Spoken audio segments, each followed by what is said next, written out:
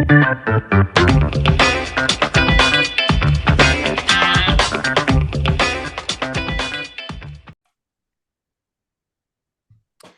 right. Happy Wednesday, everybody. Midweek here. And we just had a great sunny spell here in Seattle. Early March sunny spells are the best because we're just coming out of the feels like 7 years of clouds. We just had sun. So I'm in a good mood. It is Wednesday. I'm also in a good mood because we have Walter with us, Walter Johnson. He is a mobile home guy from Sonos Capital. So I'm sure we're going to have some good wisdom coming your guys' way today. So Walter, thank you very much for hopping on the show.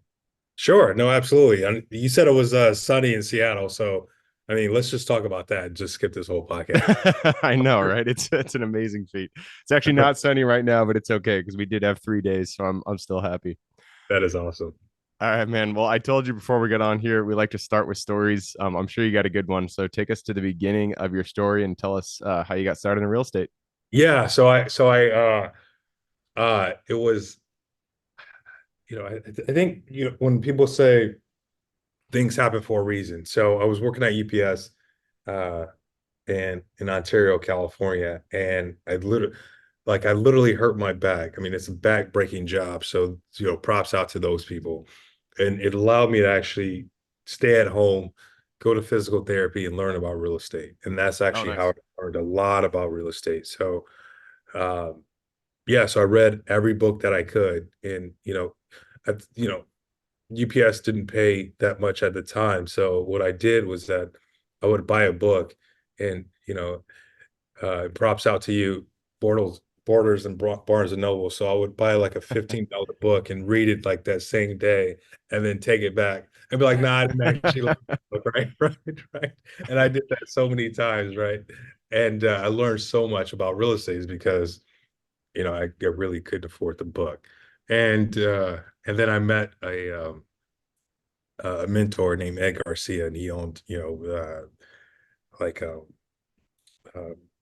shopping centers and anchors to where they had supermarkets. I mean, he was big. Warehouses before warehouses was a thing to actually invest in.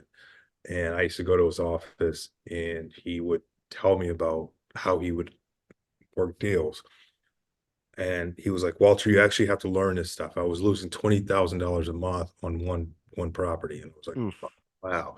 Right. And back in, I think this was, 2000, maybe 1999, 2000, right around there. 20,000, I mean, $20,000 a month is a lot of money, but $20,000 a month back then it was a ton of money. So I was listening, and I used to just go to his office, and he had a son, and his son didn't really like to um, learn about real estate investment. So he took me under his wing, and that's kind of how I got started. So I moved to Arizona, and you drive on the 10 from California, and you used to see these billboards. Arizona's not the case like that anymore, but you see these billboards, and it was like brand new homes starting from like $35,000, right? And I got this Mustang, and I think I paid like $22,000 for this brand new Mustang. So I'm like, hey, I can buy a house for almost this brand new Mustang that I bought, and that turned me on to real estate buying in Arizona. So There that's you go. a little bit how I got started, right? It's funny how a lot of the times when something seemingly bad happens, it can be a Right. blessing in disguise. Like when you hurt your back, you had to stay at home, not work for a little while. Probably didn't like it at the time, but looking back, that gave you the opportunity to get the education to kind of springboard to where you are today. I mean, it was bad. Like, you take I think it was like a green and white Barnes and Noble's bag, and then I would just walk to my car in the parking lot in the mall and read that book in like 2 or 3 hours, and just turn around and like take the book back, right? Right, and exchange it or get my money back. So, yeah, so I definitely thank Barnes and Nobles and Borders books at the time, There you go. right? Are they even businesses anymore? I don't I know don't if they think so. still I exist. I think they're not in business because of me. You're the Money off reason. You're the reason. they didn't make any money off of it. Yeah. So I have no idea.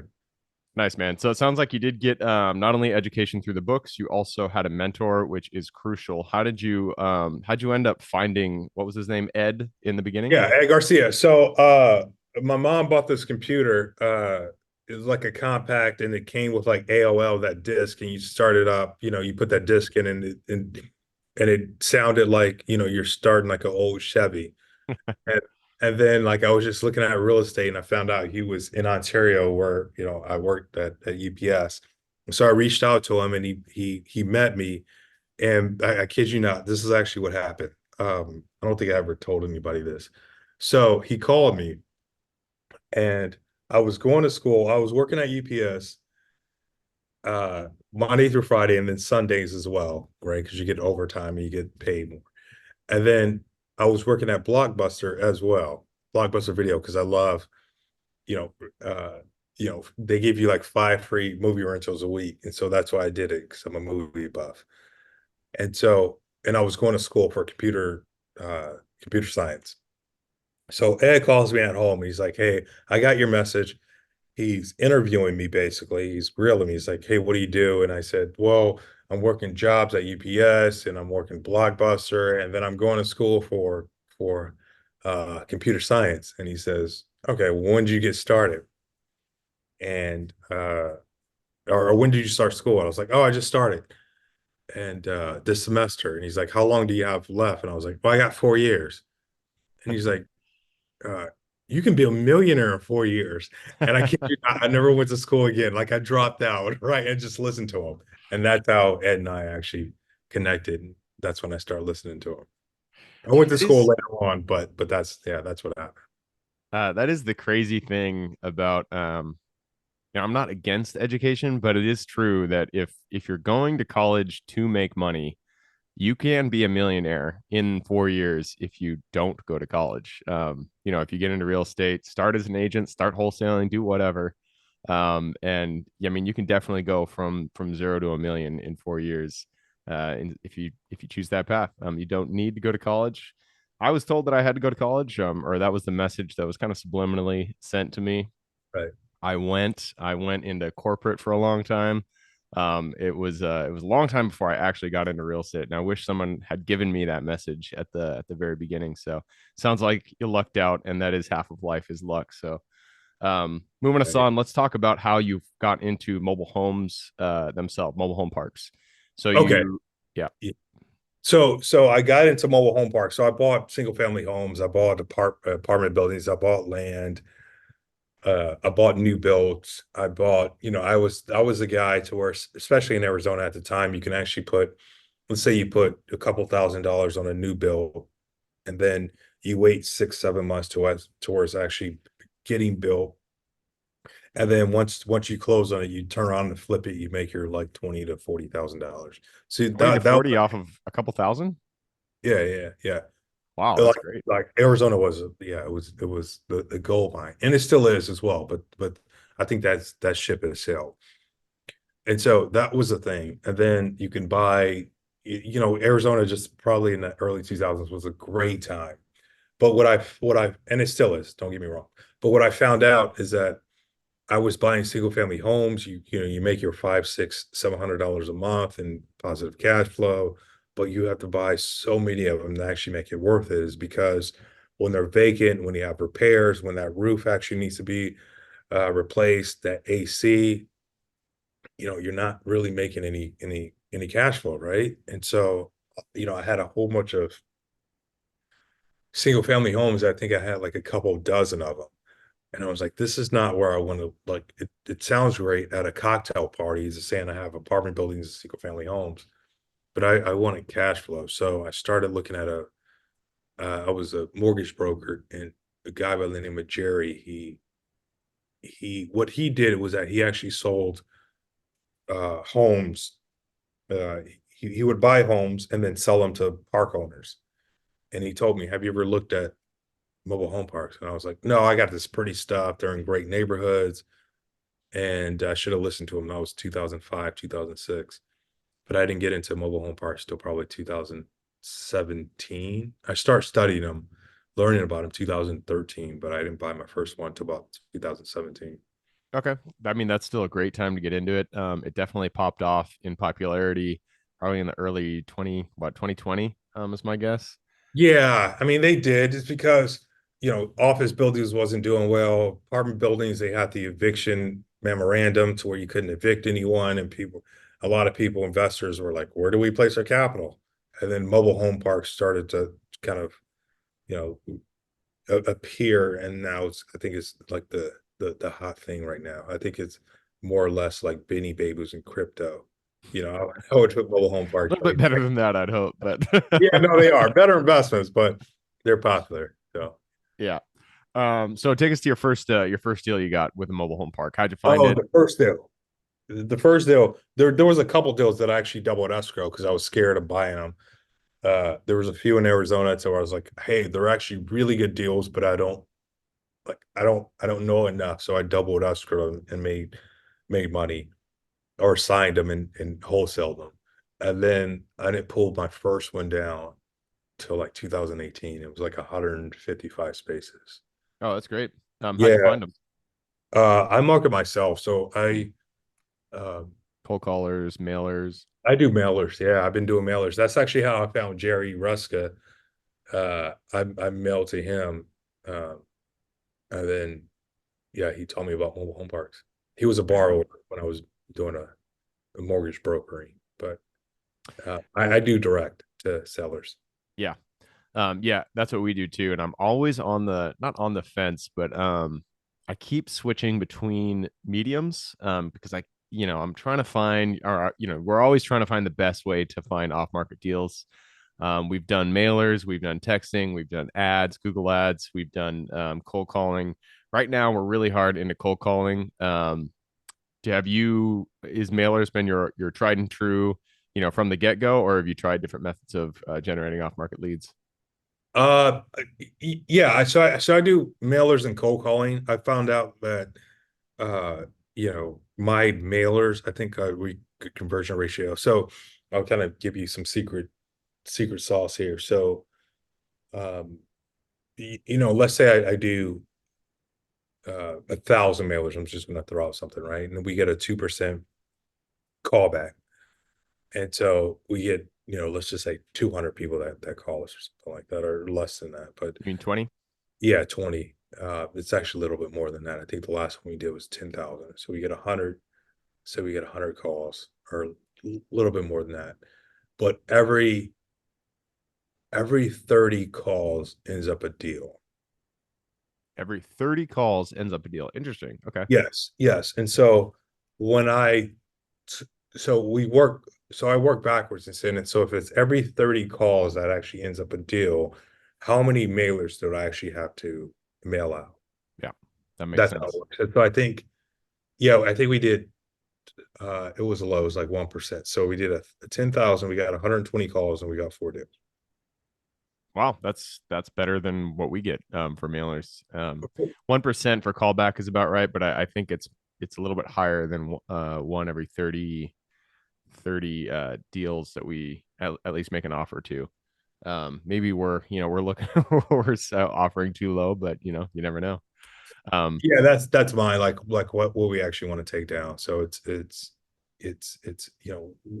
whether they want to sell right then, whether it actually has great bones, whether it's a lot of variables in that. But what we consider a deal is probably one every 30 calls. so let's talk a little bit about your guys's business model, about your Sure. when you look at these deals, when you underwrite them, what are you looking for? And in terms of what will you consider a deal where, the metro size, is it public, private utilities, that kind of stuff. And then also when you go into it, what is your value add plan? Okay, so metro size and public utilities, private utilities. I mean, everyone's looking for the cream of the crop. So I always say deals aren't had, they're actually made. So you Mm, actually have, for us, we actually look at how can we look at this particular property and actually make a deal out of it. yeah. And we purchased properties with private utilities, nothing like a lagoon or a nothing like that. But Yeah. uh, if they had a leach field, Well, septic, you're fine with that. exactly. Most Yes, people say absolutely. no. Actually, our best performing park, I mentioned we only have two, but the one that performs the best out of those two is a well and septic. We have had to replace a couple septics, which was a lot of money. It was like 30,000 each, but it's still, over the long run, it's still performing the best. Yeah, and over time, I mean, it changes your expense ratio from like, let's say, like 8 or 10%, but it's still actually a great park. So, I guess everybody wants the cream of the crop or the pretty girl at the dance, but there's some parks out there that are just performing really well, and they have a septic Yeah. or Yep. or private utilities. So Yep. we actually look at those as well. Yep. Yeah. So value add, what's your guys' plan when you get into them? Are you looking for, like, do you buy at a 10 cap? Is there any like cap rate that you look for on the acquisition, or is it only the exit? Yeah, so that's actually a kind of not a sensitive subject, but a subject I'm glad you brought up. You can actually look at a park and say, I want to buy this park and it's a 7 cap. But if I raise rents or decrease expenses, it's because the seller's actually pulling a salary off, and maybe it's $80,000 a year. And when I buy that park, I eliminate that salary and I could raise rents. Now that 7 cap actually became a 12 cap. So it's hard to actually look at a park for face value saying, "Hey, it's a 7 cap. Let me pass on it." You actually to in our business model, you have to look at more than just the going cap rate, the cap rate upon entry. I would say that. Yeah. And do you guys have, like you mentioned, cash flow is what you invest for? Do you have a cash on cash return that you want as when it's stabilized? When it's stabilized, no, well, yes, but when it's stabilized, no, we don't. And the reason why I say that, well, I would say yes and no. When we actually buy a park, we look at double-digit returns cap Hmm. rate, like Okay. day one. So when we were Oh, actually, cap rate, yeah, our cap rate, excuse me. cash Yes, on cash. yes, cash and cap rate. So when I look at a double-digit cap rate, it's on return. So, or excuse me, when we close. So let's say, for example, the example that I showed you, once we actually close, we eliminate the $80,000 of that of the seller salary. So with that being said, so day one, once we close, that's eliminated. So we're actually in a double-digit cap rates. And then cash on cash returns, we look at high teens, or say mid to high teens upon day one. We'll close of On that day store. one. Wow, that's great. Yeah. I can't find any of those deals out there these days, but if you can Well, find you them, can. Well, the one I just mentioned to you. So if you're buying like at an 8 cap and you take out the expenses, you're at 11 cap or excuse me, let's say you're at a 12% cash on cash return or 9% cash on cash return, and then you eliminate things on day one, you're in double digits. gotcha. Makes sense. Cool, man. But but I think that going directly to owners is the key. Yeah. Yeah, 100%. I have bought on market. Have I? Oh yeah, I bought one deal on market. It was a self-storage facility. Mhm. It did turn out to work. It worked out, but I have every once in a while I'll check the market, look at, Yeah, self-storage, mobile home RV, to see if there's anything out there. Rarely do I find anything, and every time I do look, I feel like it has been a waste of my time. true. I Where feel you like looking? there's well, we own in Indianapolis and then Dallas Fort Worth. Okay, And so I'm, Indiana, Texas. We're also, I mean, we'll look anywhere in the Sun Belt, to be honest, but those are the two ones that we really try to focus on. Um, I feel like that people kind of fall into two buckets when it comes to buying properties. They either develop relationships with brokers, they call them every single day, or they look off market. I never hear people doing them both. It's probably because it just takes too much time to do them both. But do you develop relationships with brokers too, or is it all off nope, market? nope. I have a few, like one or two out of this whole planet. Nothing that I'm really against brokers. I just realized that when you actually can look at a owner's eyes and shake hands, you get a better deal. I Yeah, think I think brokers, they'll say, "Hey, the income is this, the expenses are this. We're going to sell it at this," and that's actually close to retail.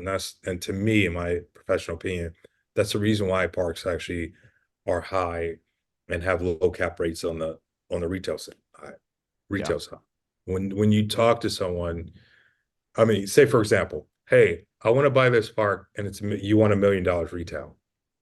Great. Okay, Mr. and Mrs. Seller. Well, How about this? Instead of actually hiring a broker, going through a lot of tire kickers, going through a lot of people that's going to waste your time and letting it sit on the market for 8 or 9 months for a real offer, how about I give you $800,000, 45 days? Would you accept that? Most likely they will. So when I buy, I made $200,000 in equity, but I got a better cap rate, better cash on cash return. Yep, there you go. I love it. Yeah. All right, man. It looks like we have run down the clock, so it's time to jump into the quick question round. Are you ready? Sure. All right. Starts with books or really any form of education. Could be movies, YouTube channels, whatever. Just give me two recommendations: one for general life wisdom, and then one for real estate. Oh, those are good ones. For a book, I would say Driven by Larry H. Miller. Okay. That's that's a great book. For life, uh, Marcus Aurelius. Meditations. Yes, 100%. Nice. That's one of my favorite books. It's a good toilet book. A lot of little snippets of wisdom in there. I read it every morning. There you Like, go. yeah. So before I go to the gym, I wake up at 5 a.m. That's the first thing. I walk downstairs, read that, and then go to the gym. That's a good routine. I approve. Yeah.